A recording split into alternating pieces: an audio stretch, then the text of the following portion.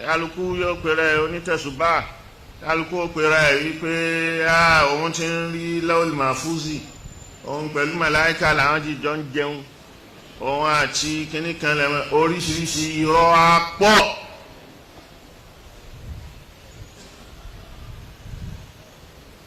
mo wá sọ níbẹ̀rẹ̀ kíní pé wọ́n pè mí ní Ìlọrin.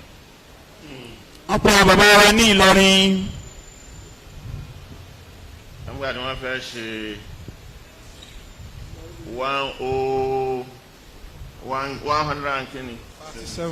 117 years sí Sheikh Ibrahim Kaula.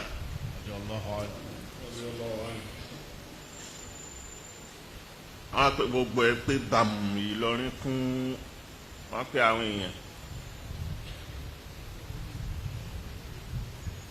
wọ́n wá ní àwọn fún mi lọ àwọn ní kí wọ́n á sọ̀rọ̀. ẹ ń gbà táwọn èèyàn ò máa rí mi kí n so tẹ̀sùbá sọ́wọ́. bàtà àwọn èèyàn máa rí bàbá wa kí wọ́n tọ́ tẹ̀sùbá sí ọwọ́.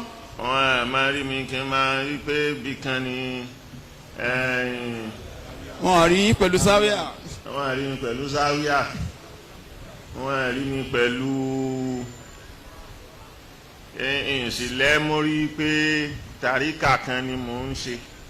tó wọ́n kà mí sí pé eléyìí ṣara wa.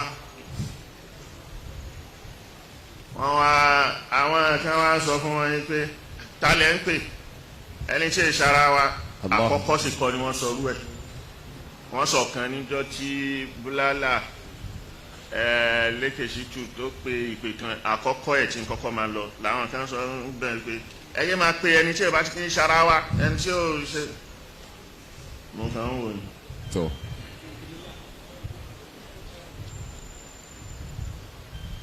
nígbà tí àwọn ti lọ ní wọ́n á sọ bẹ́ẹ̀ mọ̀ọ́dù tí wọ́n tọ́pìkì tí wọ́n á fẹ́ sọ ni pé ta ló ní Súfì.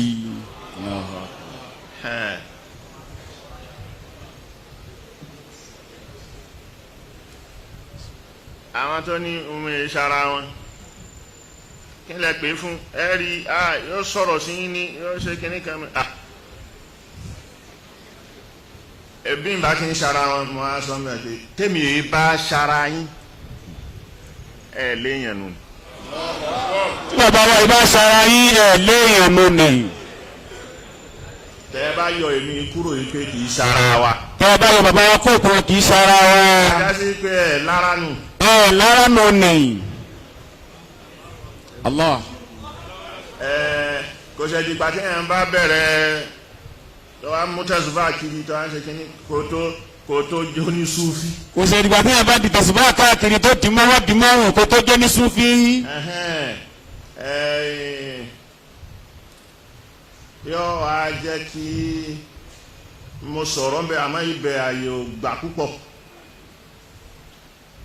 kó tó sọ yí pé lágbájá oní Sufi àbí kọ́kọ́ júwe kí ló ń jẹ́ tàṣọ́ọ̀fù nù. nígbà bá júwe rẹ̀ tó bá yé a máa wá kí kálukú bọ́nú sáìsì ni.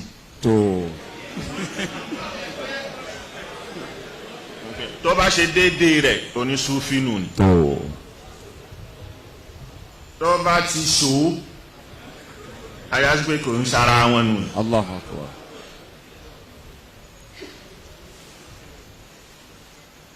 àmọ́ àwọn àṣejù wà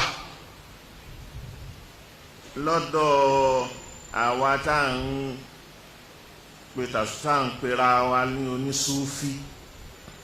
àṣejù ni kò ní kéèyàn má sọ torí pé àṣejù ni ló mú ẹlòmíì takò wọn wípé eléyìí ò sínú ẹ̀sìn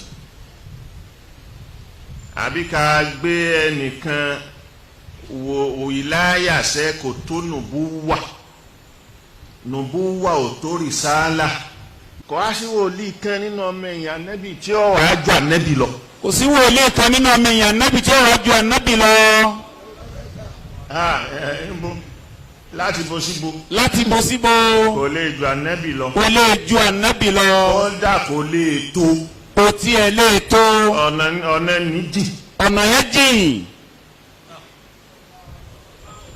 so débi táwọn á mú ẹnìkan nu wòlíì tá a máa wá fùsù rẹ̀ ju ànábì lọ ibi tá a ti ṣe ra wa gbọ́ nù. wòlíì kan kò lè tó ànábì débi táwọn sọ pé wá ju ànábì lọ ìyẹn ní là ń ṣàlàyé fúnra wa. tẹ́ a bá wá ń pọ́n wòlíì kan nínú ọmọ ẹ̀yìn ànábì tá a fà ànábì ilẹ̀. bàbá wa pọ́n wòlíì kan nínú ọmọ ẹ̀yìn ànábì tá a fi ànábì ilẹ̀. àṣejùnú ni. àṣejùnú ni. gùlúwùnú ni. so gùlátù kò síbi tá a ti máa ráwọn aláṣẹ jù. kò síbi tá a ti ní máa ráwọn aláṣẹ jù aláṣẹ lé.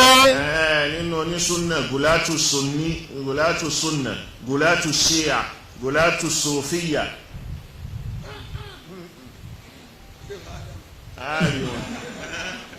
so àwọn tí wọ́n bá wá ṣe là ń sọ tẹ́lẹ̀ ìbádé ara kékeré mo á sọ fún wọn bẹ́ẹ̀ làwọn kan ní sótàn yìí a sì sọ fún mi pé yóò sọ̀rọ̀ sí mi. a ti sọ fún mi pé yóò sọ̀rọ̀ sí yín ṣe ń gbọ́ báyìí. mo ní àìpé orí. bàbá wa ní àìpé orí. orin kan dárúkọ Sheikh Ibrahim. wọ́n ní kí wọ́n dárúkọ Sheikh Ibrahim. yáàs. kọ́mọ wọn sọ pé yáàs. nígbà téèyàn ya nígbà tí nǹkan ṣe ọpọlọ rẹ̀. nígbà tí nǹkan ṣe ọpọlọ.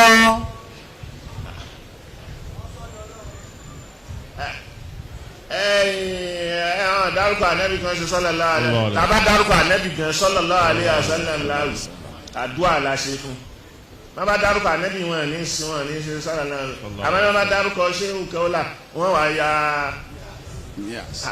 wọn ní èyí ò ní inú tasọ́fù nǹkan kí nǹkan lè kó wọ́bẹ̀ kó síbi. kò wọ́bẹ̀ rárá ìsọkúsọ nìyẹn ti ṣàṣejù àṣẹlé.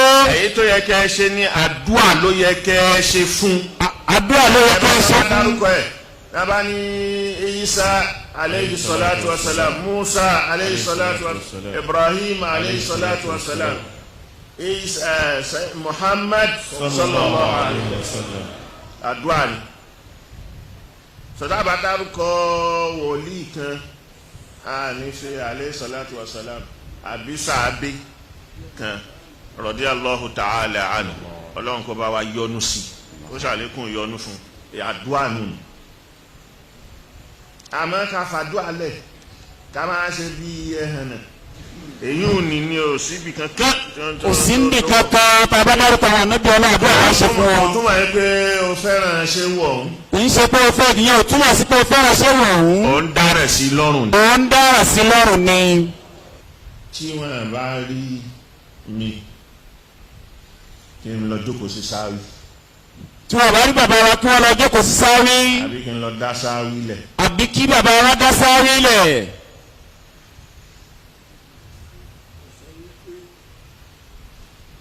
kò sọ wípé mi ò sí nínú Oni Sufi. kò sọ wípé bàbá wa ò sí nínú Oni Sufi. èmi náà gbọ́wọ́ ni. bàbá wa náà gbọ́wọ́. mo gbọ́wọ́ dáadáa. bàbá wa náà gbọ́wọ́ dáadáa. mo gbọ́wọ́ lọ́dọ̀ mẹ́ta nẹ́sìrù kàbàrà. bàbá wa gbọ́wọ́ lọ́dọ̀ nẹ́sìrù kàbàrà gbọ́wọ́ ti gbọ́wọ́.